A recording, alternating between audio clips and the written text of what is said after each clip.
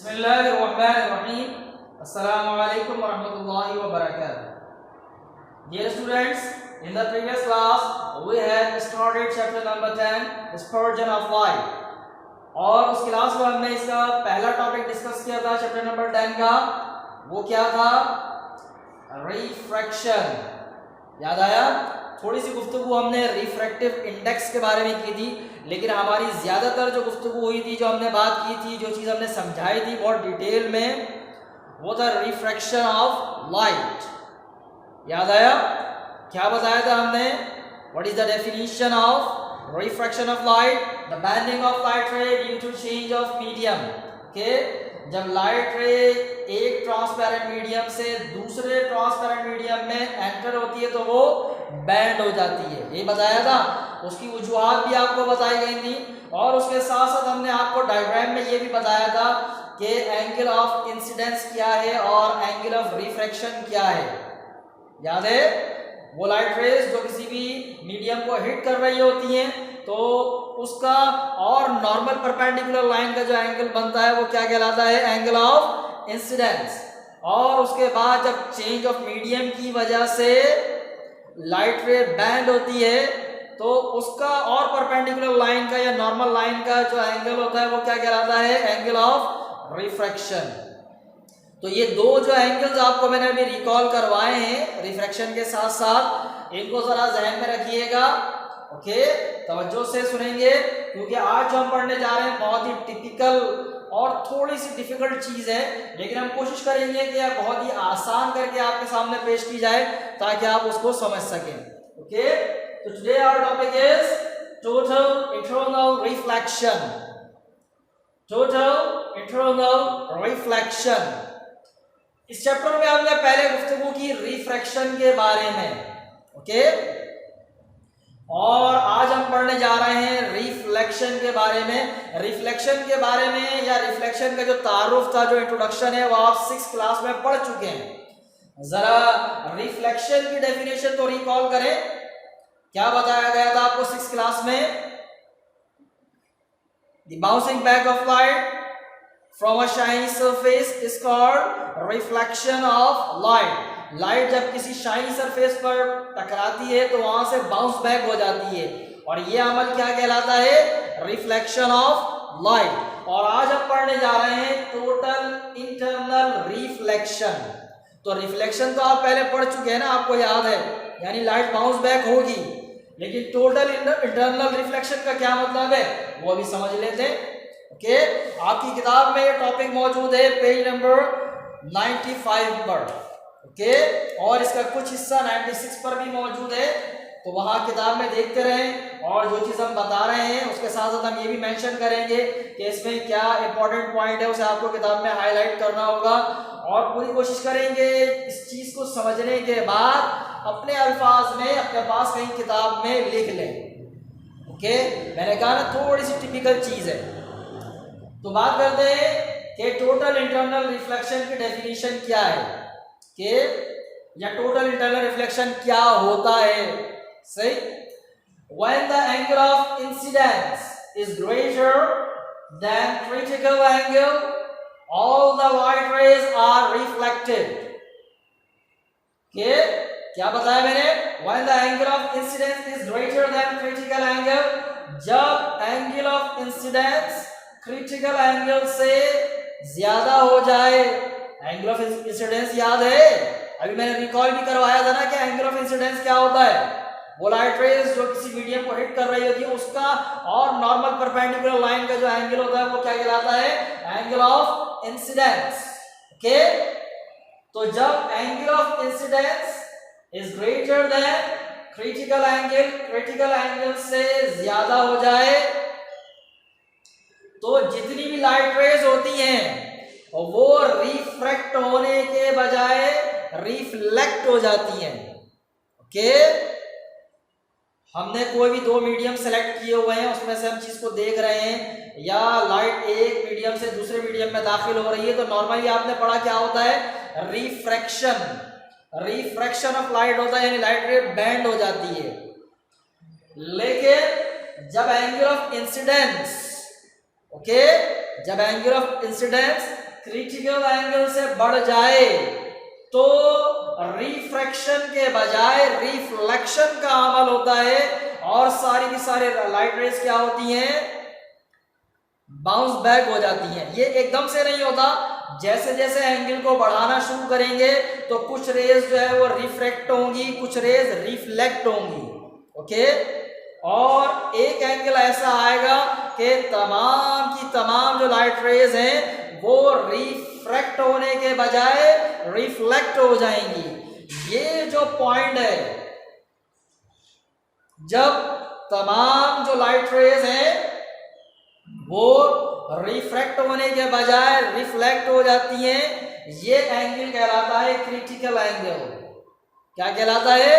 Critical angle. और सारी light rays अगर रिफ्लेक्ट हो जाए तो ये कहलाता है टोटल इंटरनल रिफ्लेक्शन। यानी लाइट एक मीडियम से दूसरे मीडियम में दाखिल हुई, मिसाल के तौर पर एयर से वाटर में एंटर हुई। ओके, सही। और हमने देखा कि लाइट रेज जो है वो रिफ्रैक्ट हो रही है, एंगल को बढ़ाना शुरू किया, एंगल ऑफ इंसिडेंस को आहिस्ता आहिस्ता बढ़ाना शुरू किया, तो आहिस्ता आहिस्ता जब 35 डिग्री से ऑनवर्ड जाना शुरू करेंगे तो कुछ कुछ लाइट रेज जो है वो रिफ्लेक्ट होंगी और कुछ रिफ्रैक्ट होंगी। और आहिस्ता आहिस्ता एक एंगल ऐसा होगा, एंगल बढ़ाते बढ़ाते जब लाइट रेज रिफ्रैक्ट होने के बजाय क्या हो जाएंगी, रिफ्लेक्ट हो जाएंगी, सारी की सारी एक ही मीडियम में रह जाएंगी। यानी लाइट रेज जो एयर से वाटर में एंटर हुई है ना, वो वाटर से बाहर आने के बजाय क्या हो रही है, सारी की सारी अंदर वाटर में ही रिफ्लेक्ट हो जाएगी। जब सारी लाइट रेज रिफ्लेक्ट हो जाए तो उसे हम कहते हैं टोटल इंटरनल रिफ्लेक्शन। बात समझ में आई? रिफ्रैक्शन का अमल चल रहा है, रिफ्रैक्शन का अमल हो रहा है, लाइट एक मीडियम से दूसरे मीडियम में एंटर हो रही है, आहिस्ता आहिस्ता हमने उसका एंगल बढ़ाना शुरू किया, एंगल ऑफ इंसिडेंस को बढ़ाना शुरू किया, तो एक एंगल ऐसा आएगा कि रिफ्रैक्शन के बजाय रिफ्लेक्शन का अमल होगा। ये एंगल क्या कहलाएगा? Critical angle. क्या कहलाता है ये? Critical angle. और जब लाइट रेज रिफ्लेक्ट होना सारी की सारी रिफ्लेक्ट हो जाए तो ये क्या कहलाता है? Total internal reflection. ओके, आम जो रिफ्लेक्शन की हम बात करते हैं ना, उसकी बात नहीं हो रही है। ये रिफ्रैक्शन के दौरान जो रिफ्लेक्शन का अमल होता है ना, यानी दोनों प्रोसेस साथ साथ चल रहे हैं। एक पॉइंट ऐसा आता है कि उसके बाद आप तस्वीर में देखें, इमेज में आपको नजर आ रहा है, देखिए पहले रिफ्रैक्शन का अमल है, लाइट रे थोड़ी बैंड हुई, आहिस्ता आहिस्ता इसका जो एंगल है इसको बढ़ाना शुरू किया, तो क्रिटिकल एंगल लिखा हुआ नजर आ रहा है आपको। जिस एंगल पर लाइट रे रिफ्रैक्ट होने के बजाय क्या हो रही है? रिफ्लेक्ट, तो ये एंगल कहलाता है क्रिटिकल एंगल। और जब सारी की सारी लाइट रेज है वो अंदर ही रिफ्लेक्ट हो जाए तो ये अमल क्या कहलाएगा भाई? Total internal reflection. आप भी इसको अगर अच्छी तरह देखेंगे, 2-3 मरतबा सुनेंगे तो इंशाअल्लाह समझ में आ जाएगा। अब बात करते हैं कि ये टोटल इंटरनल रिफ्लेक्शन कहाँ इस्तेमाल होता है, कहाँ यूज होता है। हमारी डेली लाइफ में इसका इस्तेमाल यूज होता है। जैसे ग्लास प्रिज्म को मिरर के तौर पे इस्तेमाल किया जाता है टोटल इंटरनल रिफ्लेक्शन या क्रिटिकल एंगल का ख्याल रखते हुए। ग्लास प्रिज्म क्या होता है ये हम आपको दिखा देते हैं कि ग्लास प्रिज्म क्या है। देखिए ये ग्लास प्रिज्म, ओके, एक कॉनिकल जो है वो ग्लास का टुकड़ा है, सही। इसमें आप देखें मेरी उंगली किसी एंगल पे मैं इसको घुमा रहा हूँ तो मेरी उंगलियां नजर आ रही हैं। तो जिस वक्त टोटल इंटरनल रिफ्लेक्शन होता है तो रिफ्लेक्शन के तौर पर मेरी उंगली आपको दूसरी साइड से नजर आ रही होंगी, ओके, हालांकि मेरी उंगलियां उस साइड पर नहीं है।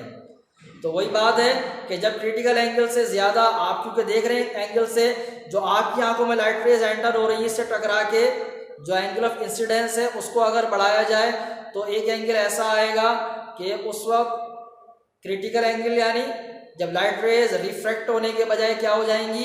रिफ्लेक्ट हो जाएंगी। और इसमें आपको इमेज नज़र आने लगेगी, शीशे के तौर पे काम करेगा, ओके। तो इससे मिरर के तौर पे इस्तेमाल किया जाता है लाइट रेज को एनहांस बिल्कुल वैसे ही हासिल करने के लिए जैसे वो आ रही हो मुख्तलिफ चीज़ों में। अब बात करते हैं और कहाँ यूज किया जा सकता है टोटल इंटरनल रिफ्लेक्शन को। ऑप्टिकल फाइबर्स का नाम आपने सुना होगा, आजकल ऑप्टिकल फाइबर जो है वो इंटरनेट केबल्स के तौर में इस्तेमाल की जा रही है। जो नेट केबल्स हैं, पहले जो तारों वाली केबल हुआ करती थी, उसकी जगह अब ऑप्टिकल फाइबर यूज़ की जा रही है। और आपको जो इंटरनेट सप्लाई करने वाले लोग होते हैं, जो एजेंट्स हैं, जो आपको केबल देते हैं, नेट आपका चला रहे होते हैं, वो आप कहते हैं कि हाँ जी फाइबर लगवा लें, ऑप्टिकल फाइबर। वो तो सिर्फ फाइबर कह रहे होते हैं, आमतौर पर ऑप्टिकल फाइबर नहीं कहते। कहते कि फाइबर लगवा लें, फिर जो है वो नेट बहुत अच्छा चलेगा। ऐसा ही है ना। और काफ़ी जगहों में लगाई भी जा चुकी है। और इंटरनेट की बड़ी बड़ी जो केबल्स हैं जो समंदर के अंदर है, कभी आपने सुना होगा ना कि समंदर के अंदर नेट की केबल में कुछ मसला हो गया है, तो पूरे पाकिस्तान में नेट जो है वो स्लो चल रहा है या मुतासिर हो रहा है। सुना है ना, पिछले दिनों भी ऐसा मसला हुआ था। तो वहाँ ऑप्टिकल फाइबर यूज़ की जाती हैं। अब यहाँ टोटल इंटरनल रिफ्लेक्शन किस तरह इस्तेमाल होता है, इमेज में देखें। ऑप्टिकल फाइबर में जो नेट के सिग्नल हैं ये रेडियो सिग्नल होते हैं। पहले तो इनको लाइट में या कोडेड सिग्नल में तब्दील किया जाता है, उसके बाद ऑप्टिकल फाइबर के जरिए इन्हें एक जगह से दूसरी जगह पहुंचाया जाता है। अब लाइट जो ऑप्टिकल फाइबर में दाखिल होती है ना, वो तकरीबन 45 डिग्री एंगल से एंटर की जाती है तकरीबन, ओके। यानी क्रिटिकल एंगल जो है वो उससे आगे बढ़ा दिया जाता है मामला, ताकि वो अंदर जो पतली पतली पाइप होते हैं ये, ठीक है, ऑप्टिकल फाइबर जो है वो ग्लास के पतले पतले पाइप्स होते हैं, इसमें लाइट पर रिफ्लेक्ट होती हुई दूसरे एंड पर बहुत तेजी से पहुंच जाती है और बिल्कुल वैसी ही पहुंचती है जैसी फर्स्ट एंड पर थी। चाहे ऑप्टिकल फाइबर की लेंथ कितनी भी हो, लेकिन अंदर टोटल इंटरनल रिफ्लेक्शन की वजह से, यानी सारी लाइट रेज रिफ्लेक्ट हो रही होती हैं, तो वो दूसरे एंड तक जो पहुंचती हैं सैकड़ों किलोमीटर दूर, ठीक है, हजारों किलोमीटर दूर जो सिग्नल पहुंचता है वो बिल्कुल वैसे ही पहुंचता है जैसा बिल्कुल स्टार्ट में था। तो दरमियान में सिग्नल लॉस नहीं होते, इसलिए ऑप्टिकल फाइबर इस्तेमाल की जाती है। और वहां कौन सा फिनोमेना काम कर रहा होता है, टोटल इंटरनल रिफ्लेक्शन, ओके। तो ऑप्टिकल फाइबर में जो सिग्नल रिसीव होते हैं लाइट की सूरत में रिसीव होते हैं, फिर घर में एक जो है वो डिवाइस रखी हुई होती है, वो उसे दोबारा रेडियो सिग्नल में कन्वर्ट कर देती है। सुना होगा ना आपने कि ऑप्टिकल फाइबर जब लगाई जाती है तो रोटर चेंज किया जाता है। वो रोटर क्या करता है, वो इन सिग्नल्स को कन्वर्ट भी करता है, दोबारा से लाइट से उसको रेडियो सिग्नल में तब्दील करता है। तो ऑप्टिकल फाइबर में टोटल इंटरनल रिफ्लेक्शन की वजह से बहुत अच्छी तरीके से सिग्नल दूसरे एंड तक पहुंच जाते हैं, ओके।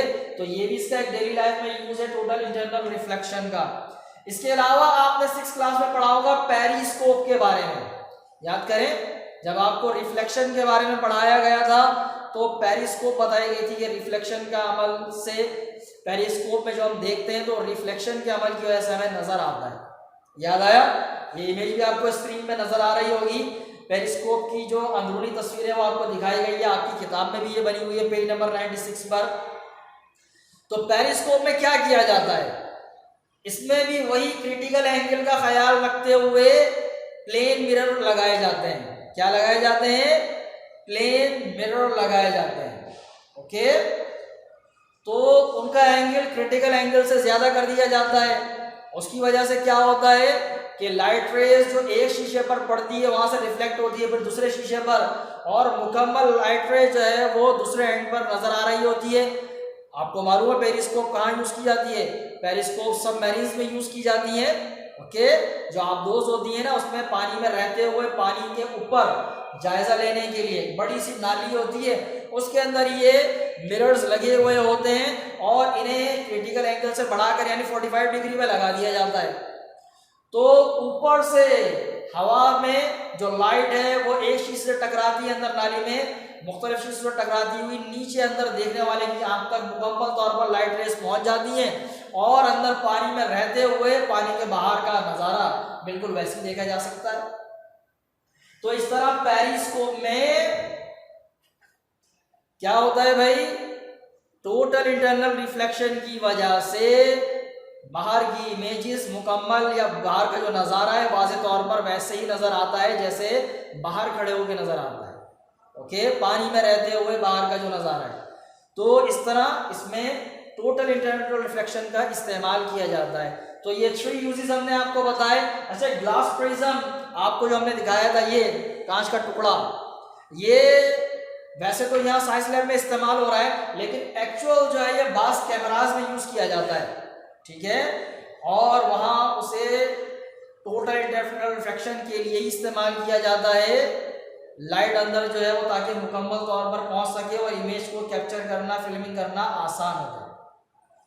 तो टोटल इंटरनल रिफ्लेक्शन समझ में आया, और डेली लाइफ में कहाँ का इस्तेमाल हो रहा है समझ में आ गया, क्रिटिकल एंगल समझ में आ गया। तवज्जो से देखेंगे तो इंशाअल्लाह समझ में आ जाएगा। अगले चैप्टर में इंशाअल्लाह इस चैप्टर से मुताल्लिक मजीद गुफ्तगू करेंगे। तब तक के लिए अस्सलामु अलैकुम वरहमतुल्लाहि वबरकातुहू। अल्लाह हाफिज़।